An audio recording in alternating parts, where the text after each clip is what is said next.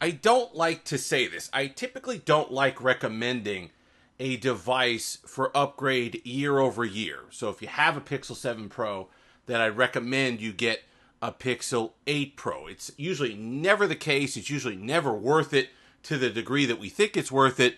And the last time I could think of doing that was the iPhone 12 Pro to the iPhone 13 Pro, because that was a significant upgrade in several areas. You had battery life, you had ProMotion display. There were a couple reasons why I thought that the experience was a wholesale departure on the iPhone 13 versus the iPhone 12. And that's really what you're looking for.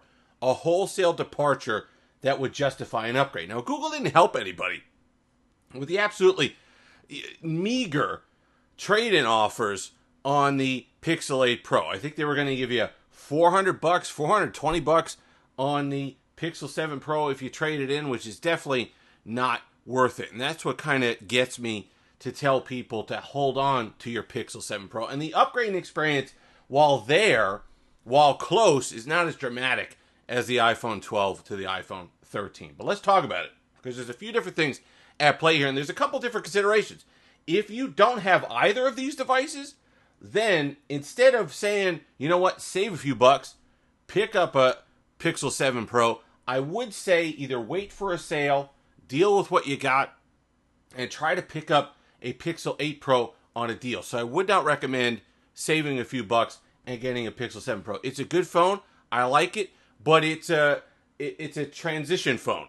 It's taking Google, or it took Google from the Pixel 6 to where I think its final form where it wanted to be, which is the Pixel 8 Pro, because this is the phone that you could feel it all coming together. And people have complained about the sharp edges and this and the other thing. This design versus this design had the sharp edges. This design was trying to make that Pixel 6 design grow up a little bit. And then this was refining on that. And you know, the frustrating thing is that even though you have the battery upgrade, which we'll talk about, you have the screen upgrade, which we'll talk about, we have the performance upgrade, which we'll talk about, the reason why I think you'd hold out, not get a Pixel 7 Pro, not save a couple bucks, even though it's still a great phone, is because Google, there's good and bad. Google finally became the Apple-esque Android company that I've been waiting for a long time. They finally leveraged the advantage they had with software and hardware, built it from the ground up, crafted their user experience the way they wanted it to be, built out the ecosystem around it with the watch now, with the tablet, with the buds. Everything finally feels like it's a coherent system. It finally feels like everything's kind of intelligently built out, and you have an ecosystem worth getting into and having a value more than the sum of its parts. That's for the first time. I really never felt that before. Last year, the Pixel 7 Pro, the software, the AI stuff, the watch, wasn't quite there. This year, it is on the Pixel 8 Pro generation. The problem is, they learned a little bit too well from Apple. And they also picked up some bad habits. And that's artificially nerfing features in order to justify a differentiation in price. So what did they do? Well, if you were watching the presentation, there's a lot of features on the Pixel 8 Pro that aren't going to be available on the Pixel 8. And they aren't ones that relate to features that the Pixel 8 doesn't have. The Pixel 8 has internet, right? A lot of this stuff is cloud-based. The Pixel 8 has a Tensor G3. A lot of the stuff would be the computational stuff on the device itself, but it's not getting it. Why? I think Google realizes, after reviewers, myself included, everybody sat there and crowed and said that the 5x optical, 120 hertz, and Quad HD display was not worth the additional $300 that Google was charging year over year for the Pixel 8 Pro over the Pixel 8, and whatever version you want to go back to. Now, they said, all right, fine. We're going to do what Apple does with their year-over-year generations. We're going to take features away that absolutely would run just fine on the lesser devices in order to justify that price gap. Well, that's annoying. And here's why it's annoying in relation to the Pixel 7 Pro. Because in years past, I would look at Google features like Magic Editor, like Zoom Enhance, like Video Boost, all the stuff that they're going to be coming out with, and say, you know what? In 3 months, it's going to be on my Pixel 7 Pro. That might still be the case. I hope it's still the case. But I'm not as sure Because how much did Google learn from Apple? How far are they willing to take it? Are they going to take it all the way?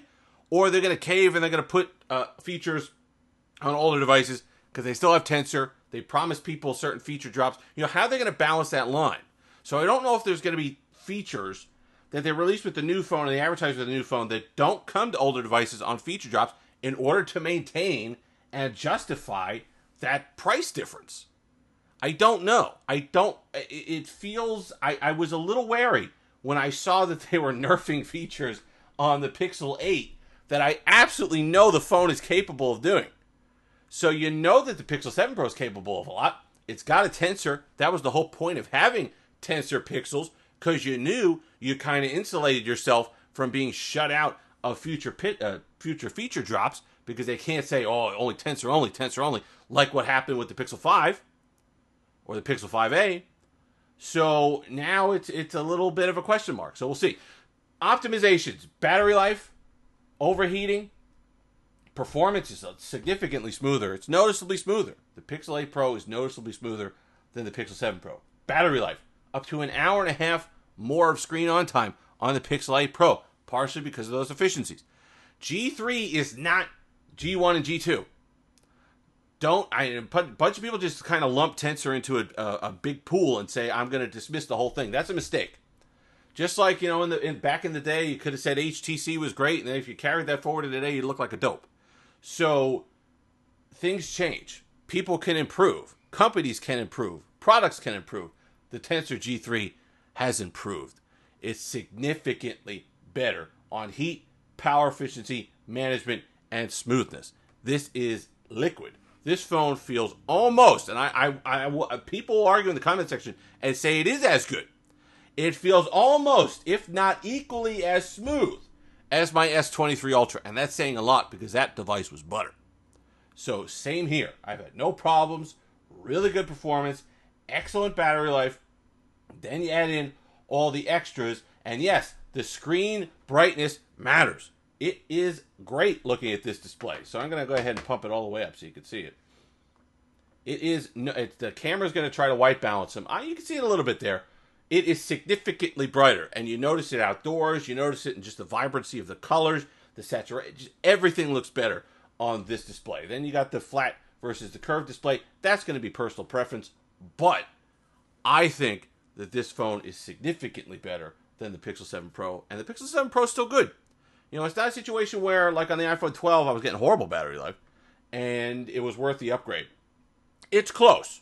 If Google offered better trade-in deals on the 7 Pro, or on the 8 Pro rather, with your 7 Pro, I would say go ahead and upgrade. If you already got one, hang on to it another year. This is only going to get better. If you don't have either one yet, then instead of saving a few bucks, I would try to go over here, because I like being at a point with a device that I know the company wanted to get to.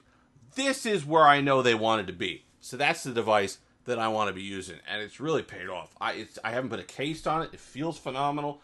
The camera hump, like last year and like the Pixel Fold, scratches up and things up horribly. Even when taking care of it, your keys are in the other pocket and they somehow scratch this device. But overall, I've been loving it.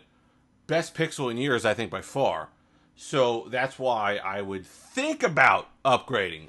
If it's a deal where you have like a next up on AT&T or something like that, you could do it cheaply, then do it. Otherwise, do hang on. The old thing is going to stick. Hang on to the previous version you got, but this is a strong, strong upgrade year over year. If you've made it this far, like, comment, subscribe, all that fun stuff. Until next time, have that Steve-licious day.